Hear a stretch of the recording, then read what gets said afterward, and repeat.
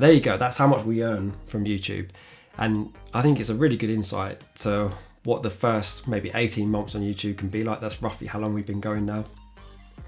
I've really enjoyed making this video. I hope that's come across. I'm trying to get better and better at presenting all the time. If you want to know an interesting statistic about doing YouTube and the need to keep practicing, like I'm obviously keep practicing at the minute and trying to get into a regular routine of doing these videos, is that since doing the videos, I have caused our channel to lose more subscribers than gain subscribers. I think very roughly, I think we've lost 12 subscribers since I've started doing videos on my actual videos, and I think we've gained 3. So if that's not a good insight to what YouTube is like and how you need to be passionate to keep going, keep recording, I don't know what it is.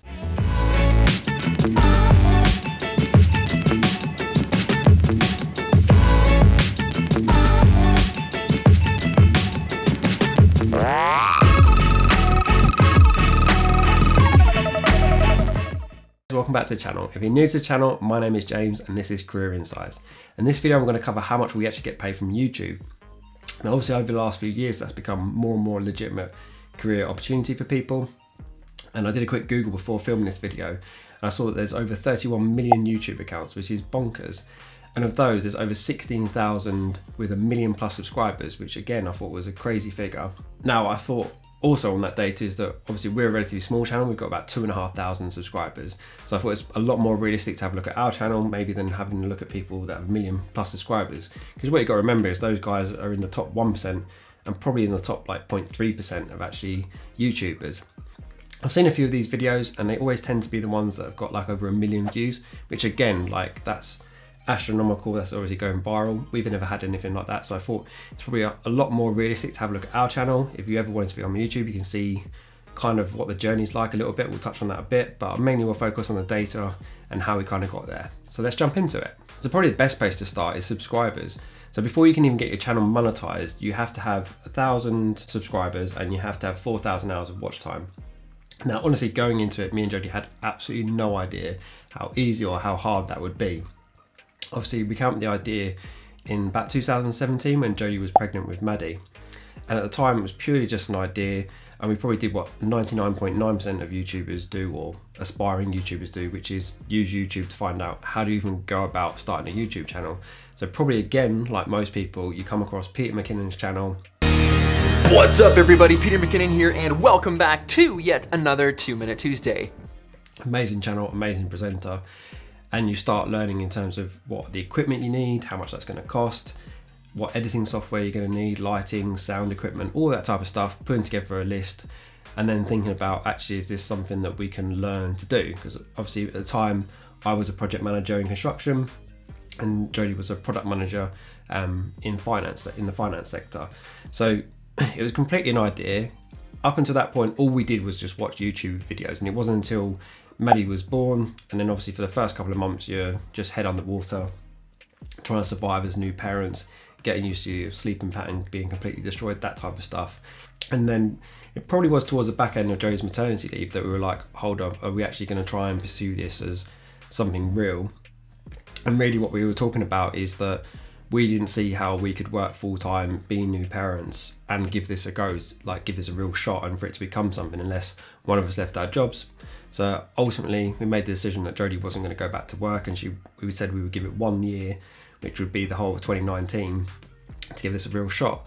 So back in the late 2018, which if you look at our early videos, which is when they were launched, that was really like a trial phase for us, that before Jodie's maternity leave ran out, is that she was test running to see, is this actually something that she wanted to do full time, or was it too much? So I kind of lent on the first few people quite a bit.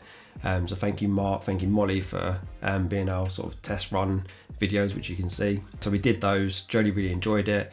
Obviously, like anything that you're starting out with, the videos are way better now than they were then, but just getting to grips with the basics of like interviewing people, chasing people, that type of stuff. It was all about learning curve. So we kind of started in earnest in 2019, and then getting back to subscribers. Now in terms of actually getting subscribers, I don't think you can see this data on your side, but we started with 6 subscribers, which was me, Jodie, and then I think our parents and then our siblings, like our brothers and sisters. Our view was that we didn't really want to do any marketing for the channel because we could race and get the 1,000 subscribers, but ultimately if no one's actually watching our videos, then it wasn't going to be a legitimate career or business for us in the future. So we kind of just stuck at the 6 subscribers, and I think we stayed like that for probably at least 2 or 3 months before actually, I remember us getting the 7th subscriber, the 8th subscriber, and being like, okay, it's like people are actually enjoying the content, and it is an idea that people are starting to buy into. So I can't stress enough how much actually getting subscribers is like, oh, this is amazing, because it's people actually saying to you that your idea that you come up with is actually something that people are after. The thing is, like with going out, it depends what your channel is going to be and whatever you're going to create, but our view was that obviously we wanted this to be something that would be long term and we could grow and hopefully turn into a business that both me and Jodie could focus on full time. And our view was, if we started supplementing the channel with friends and family, ultimately they weren't going to be watching the videos, because obviously they're so diverse from one video to another, that we kind of thought, well, what's the point? I know it would have helped us get monetized sooner, but that's just a call I suppose everyone's gonna have to make if you're actually interested in becoming a YouTuber. So the journey itself, it roughly took us, I think, 6 months. So it was in July 2019 that we got the watch time, and it wasn't until September 2019 that we hit the 1,000 subscribers that we need to actually get monetized. So at the end of September, we get our first paycheck, and our first paycheck was for £85. It wasn't a full month, and then from that point all up until Christmas, it keeps growing and growing and growing. I think at Christmas we get a paycheck for roughly £170. Now, everybody was probably assuming that that's our channel growing and growing and growing, but it wasn't. So what actually happened is that through August, I think, to October, our channel grew and grew and grew, and then in November and December it actually started to decline in numbers. So even though you're putting out more videos, it doesn't necessarily mean that you're actually getting more views. Obviously, videos can have hot and cold periods. This is when people are watching. The reason why it actually went up, this is the interesting aspect, is that in Q4 you've got things like Black Friday, you've got Christmas, so the advertising spend that people are doing, which is how you essentially get earned. I think the split is 45-55 that YouTube pays you. So you get a cut essentially of the revenue of what they're getting for people advertising on your videos. So that's what actually caused the increase. So there's something called CPM, which I'll explain later. The CPM through that period essentially skyrockets compared to the rest of the year. So to put it another way, if you may have noticed, I definitely noticed this, is that in November and December, YouTubers seem to pump out so much content. It's like they backlog stuff, and then through those 2 months, absolutely pump it out. And the reason why they're doing that is obviously because the ad revenue is so much higher than the rest of the year. And that's probably why as well that you see a lot of YouTubers having 2 or 3 weeks off in January, because it's just the ad revenue just isn't there compared to the rest of the year. So that's something that we learned from doing YouTube, that Q4 period is so much hotter than the rest of the year, and that's why they put up so much content. Another anomaly that we noticed from doing YouTube is that not all videos are made equal. And what I mean by that is that our videos are obviously hugely diverse in topics. So you go from a physio to business development to structural engineer to a QS to an architect. So it's covering a whole broad spectrum of videos. And what we notice is that the number of views you get per topic actually equates to a completely different amount of money that you get for advertising. So if I pull up our top 10 videos, you'll see the top 2 are actually project manager videos, and then in 3rd place you've got Anthony, who's a QS. But if you scan down that list, you won't actually see the PT video. Now if I change that table and now show you our top earning videos per month, all of a sudden Mark the PT is on the list. Now that's crazy, because Anthony's actually getting over 3 times as many views as what Mark's getting, yet somehow Mark is generating more revenue, which is absolutely nuts. Now to help explain that, it's actually easy if I pick another video and go back to the project manager videos. Now you may or may have not seen that people like Monday.com spend a fortune on advertising. Obviously, me being in project management, I get hit by their adverts all the time. Now if we jump on and actually go and have a look at their YouTube channel, you can see that their top videos are all their adverts. So what happens with adverts is you actually have to upload them onto YouTube for them to be able to be published and served to other people. So when we go onto Monday's channel, if you look at their sort of top 5 videos, they've got crazy amounts of views. Like I think they're all over 50 million views, which is absolutely bonkers. So what's happening with our channel is that on those 2 videos, I highly suspect that Monday.com are targeting videos like that because they know that people are interested in project management or are project managers, and that's why the ad revenue for those 2 videos is disproportionately higher than all of the others. And that's probably what's going on with PT, is that it maybe with Mark's video covering PT and nutrition, is that sector it's highly more competitive, or there's a lot more ads being served for that sector than there is for quantity surveying. So that's another thing that we've learned along the way, that actually not all videos are made equal. I've seen other people talk about this. I think I've seen Graham Stefan say that because he talks about finance, that he thinks that his CPM is way, way higher than what other people's CPM is. Now, CPM basically means how much you get paid per 1,000 views. So looking at Anthony's video again compared to Mark's, is that even though he's in the thousands per month of views, compared to Mark being in the hundreds, it still doesn't matter because Mark's CPM is just way, way higher. Now, to delve into CPM a bit more, there's even more layers to CPM, and that's because YouTube is so clever that it can work out where your audience is actually watching from. Now, the key thing about this is that some companies, let's use America as an example, American companies may only want to advertise in America. UK companies may only want to advertise in the UK. So YouTube is so clever, it can serve ads. So if you're watching in the UK, it can serve you ads that the person advertising has said, I only want to advertise to the UK audience. And the same with America, I only want to advertise to the American audience. So what happens, going back to the CPM, is that every country has a different CPM attached to it. So one of the things that I've learned is that you can get really excited thinking, oh my God, we just got 800 views in a day, and thinking that could be a very high earning day for us. But ultimately, the data comes the next day, and it may be that it doesn't tell you this much detail, but ultimately what could have happened is that you might have had 400 of those views coming from India, for example. And India's CPM is actually only about $1 to $2, whereas America's CPM could be $20. So again, top YouTubers in the world, I would say just based on CPM, are probably American YouTubers with a high number of Americans in their audience. So obviously, with that paying over 20 times of what India's paying, and it's also double the amount of UK. The thing is, you can't control what country's going to watch your videos, where they're going to spike. You have no idea what videos are going to be popular.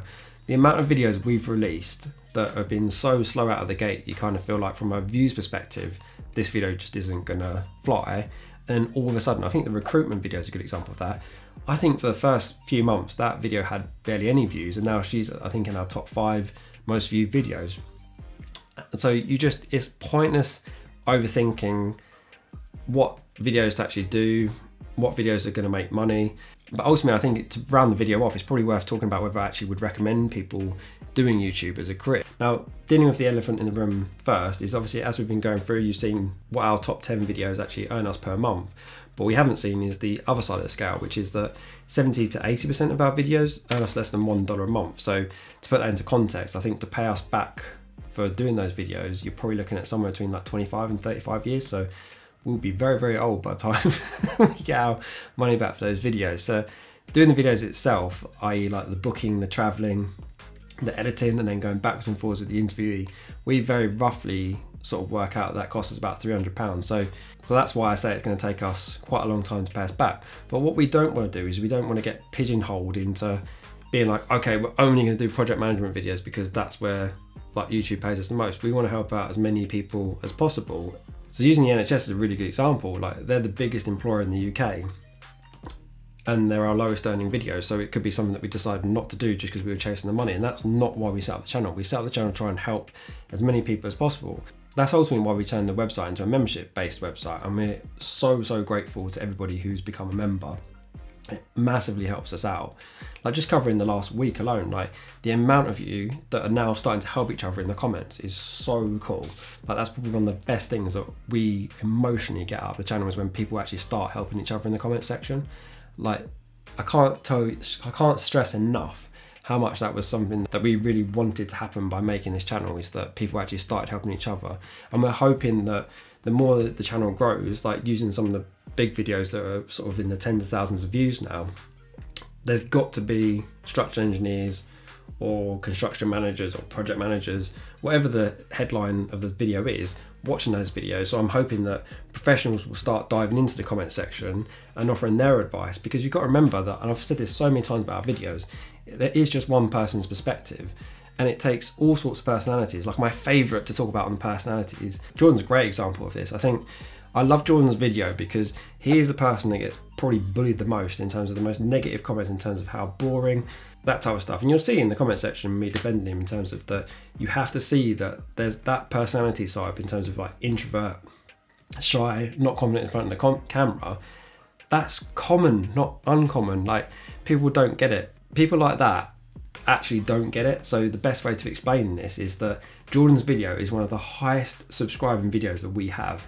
So I think he's maybe second in terms of the amount of subscribers he's actually brought to Career Insights is actually Jordan, and he's the most bullied person. Now that shows you, i.e. all the bullies out there, that you're wrong, you're misreading the world. And I think that's something that we've seen through everything that's going on in the world right now, is that you hit comment sections and the world is so divided in terms of opinion of, should we go outside or should we stay at home? Like, I'm definitely not going to get onto that topic, but what I'm trying to say is that the divide is there.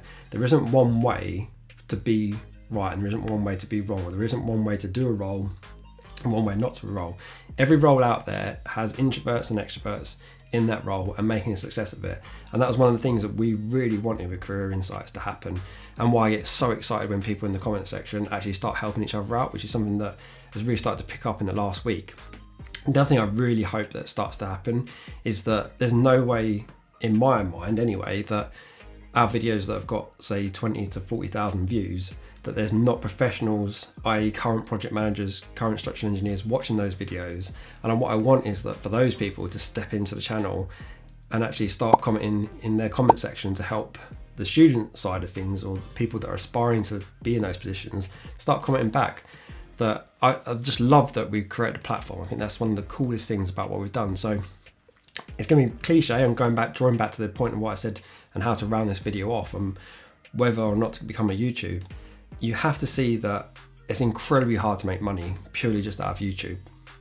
Like, I don't know the exact statistic, I'll do some maths after the video, but you have to kind of see that I think we're probably in the top 15% in the world in actual YouTube channels, and you've obviously seen, and we've talked about how much we make, so which isn't enough to live off of, which is probably why you see so many YouTubers essentially living at home for 3 or 4 years. And that's the other thing, is that there's a famous quote that tons of different people have said in different ways, which is along the lines of, overnight success is 10 years in the making. And that's something that we kind of see, that this isn't going to be, we're not going to make a success this year, maybe not next year, maybe not the year after, but obviously we hope that we keep growing, and we hope that our comment section keeps getting used to help people out and connecting people together. So I do think YouTube is worth doing. I just think you need to have the perspective that it's very, very, very unlikely that you're going to make a success of it in terms of actually being able to financially rely on it, I'd say for at least 2 or 3 years. And I mean, I think I've seen a video with Mr. Beast, who's obviously one of the biggest YouTubers in the world, where I think he failed at it for 4 or 5 years. I'll find a clip and put it in if I can. I remember thinking, like, every day back then, like, I'm never gonna be a YouTuber, but I really want to be a YouTuber. And it just, like, after like year after year after year after year after year after year, like literally it just like, this is never gonna happen, but I'm still gonna try. And you know what I mean? I just remember like every night being like, is it ever gonna happen, you know?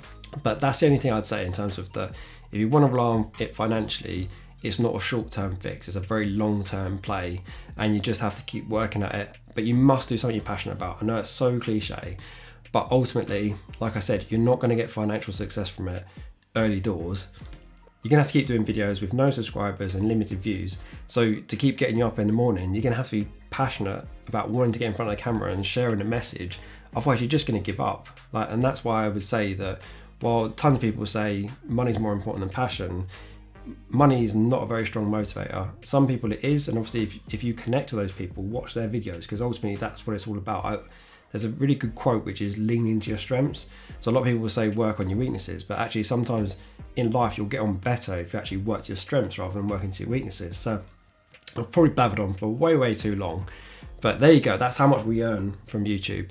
And I think it's a really good insight to what the first maybe 18 months on YouTube can be like. That's roughly how long we've been going now. I've really enjoyed making this video. I hope that's come across. I'm trying to get better and better at presenting all the time. If you want to know an interesting statistic about doing YouTube and the need to keep practicing, like I'm obviously keep practicing at the minute and trying to get into a regular routine of doing these videos, is that since doing the videos, I have caused our channel to lose more subscribers than gain subscribers. I think very roughly, I think we've lost 12 subscribers since I've started doing videos on my actual videos, and I think we've gained 3.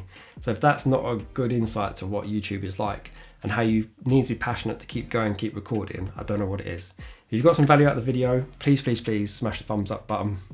And guys, I'll see you in the next one. Thank you.